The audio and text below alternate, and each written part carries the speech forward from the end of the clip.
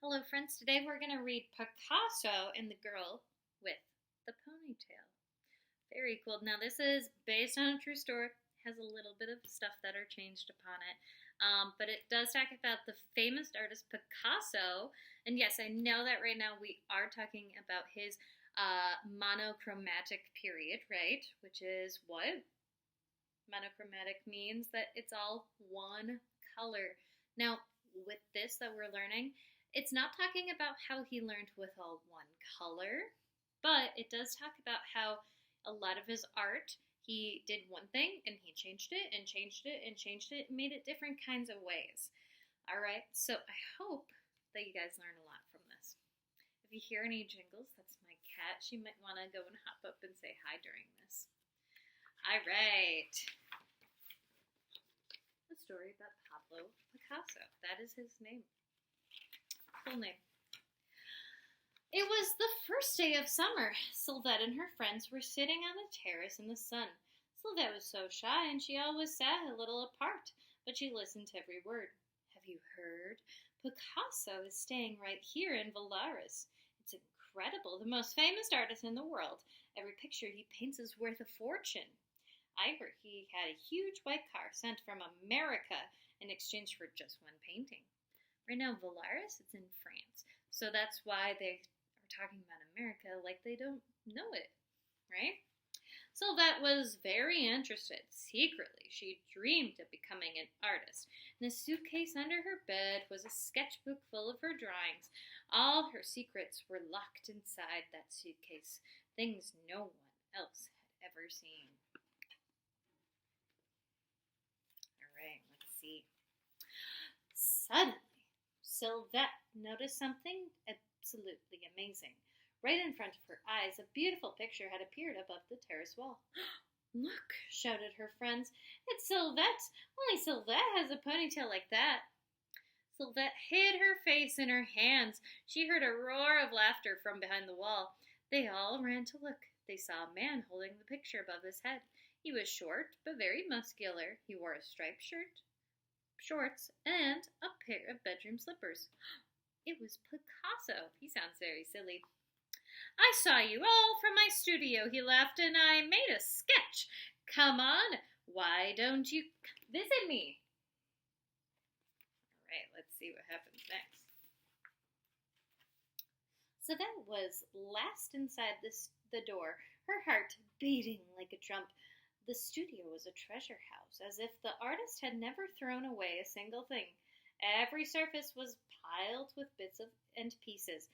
Tins of paint, scraps of wood, strange sculptures, children's toys, broken pots, a cowboy hat, flowers, painted plates, a boomerang, fish bones, a clown's mask, a birdcage, guitars, a bullfighter's sword, and, more than anything else, Sylvette saw paintings.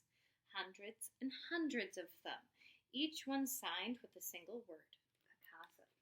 So that is Picasso's signature right there. How cool is that? All right, let's see what happens next. Picasso was still laughing. He was 73 years old, but he acted like a young boy. Now then, he shouted, I will draw one person. Whom will it be? One of Sylvette's friends stepped forward quickly. She was very beautiful. You can draw me, Mr. Picasso, she said. I will sit for you.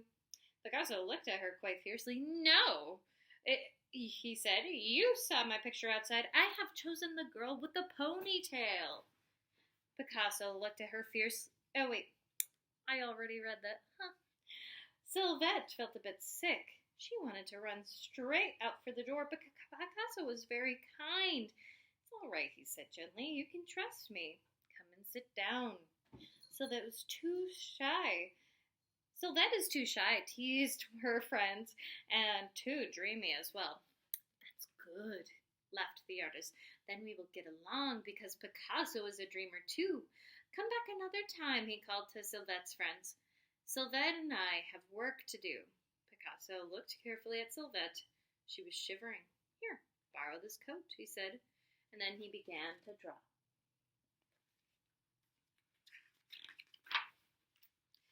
The first drawing was slow and careful, a delicate pencil study. The second was larger. Sylvette was still and nervous as a wild deer. Then Picasso began to work faster and faster. The pictures grew larger and more strange. Picasso was enjoying himself. At the end of the day, Sylvette ran home. She took out her sketchbook, but her head was spinning, and none of her drawings came out right. The next morning, Sylvette returned nervously to the studio.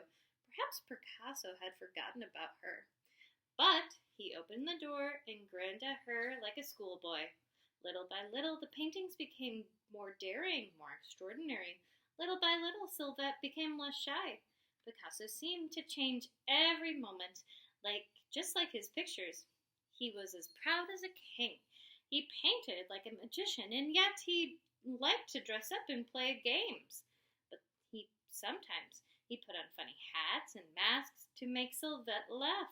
He told her about the animals he had owned, dogs, a goat, who was allowed to sleep indoors, and a bad-tempered monkey. Once he had even kept an owl. Of course, Picasso had painted them all.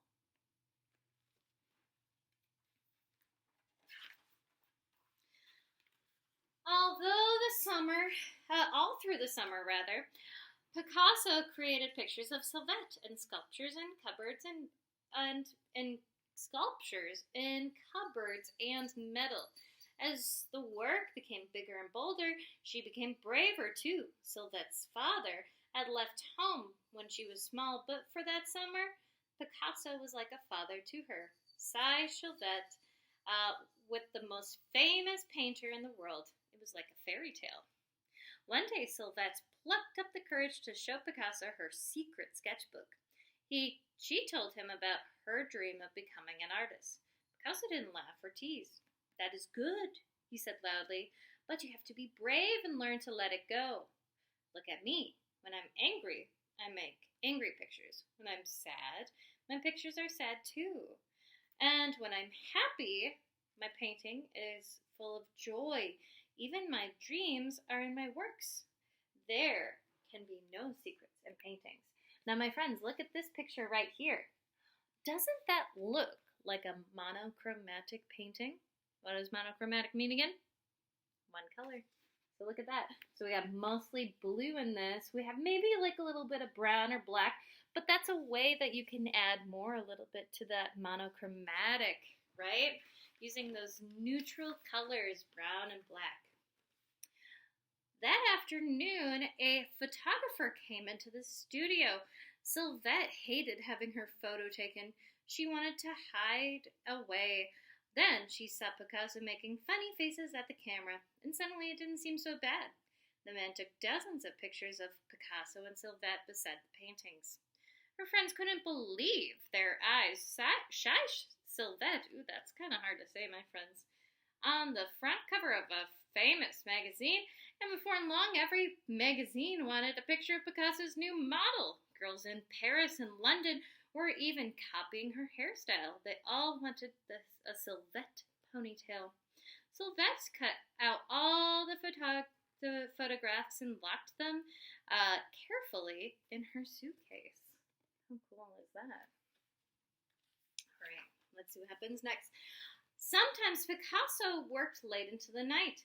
Once Sylvette saw him behind the studio, in the middle of a pile of garbage, hunting for interesting objects. The richest artist who ever lived made sculptures from old junk.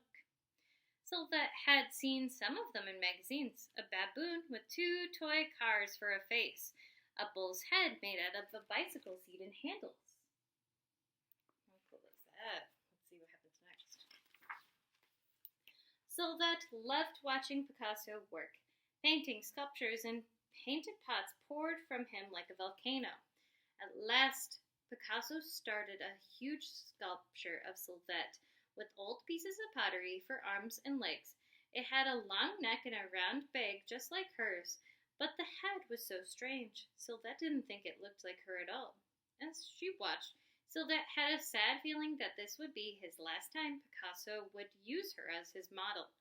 Since the day on the terrace, she had been in his work. Soon, it would all fade like the summer. what's going to happen next. While Picasso worked, Sylvette began telling him her secrets. She talked about the time her father had gone away.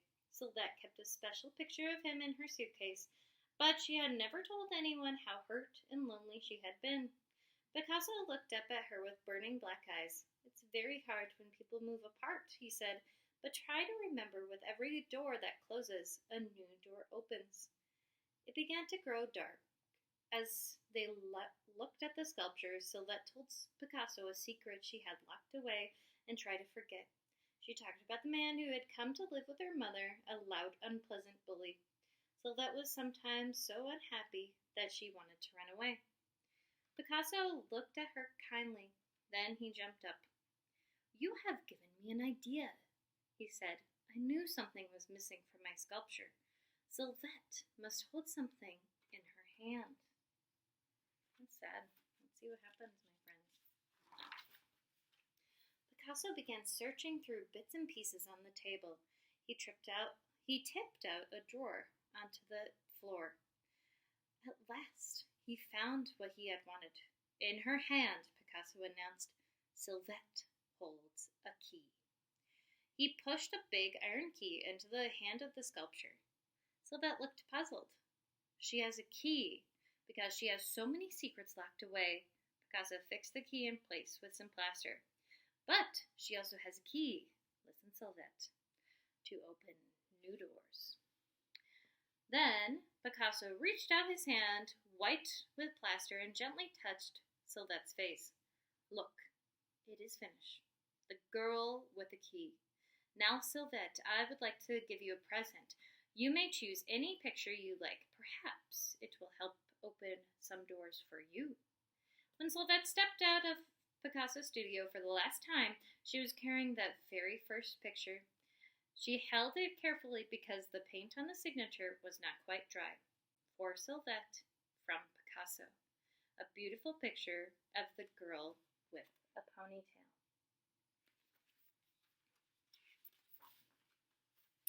After that summer, Sylvette began to paint as bravely as Picasso had taught herself. Gradually, she became a well-known artist herself. Silly me. When the picture Picasso gave her was sold, Sylvette had enough money to pay for a beautiful apartment of her very own, with space for a real studio, high on the top floor with views of the whole of Paris.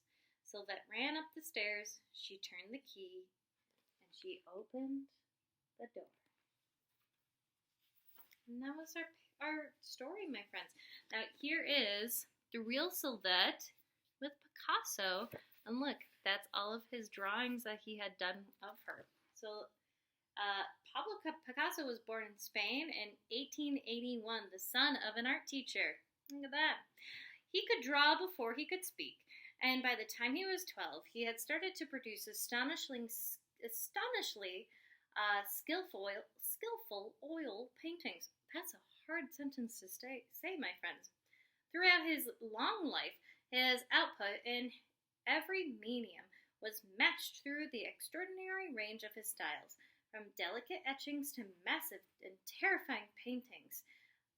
Picasso was always pioneering and brutally honest.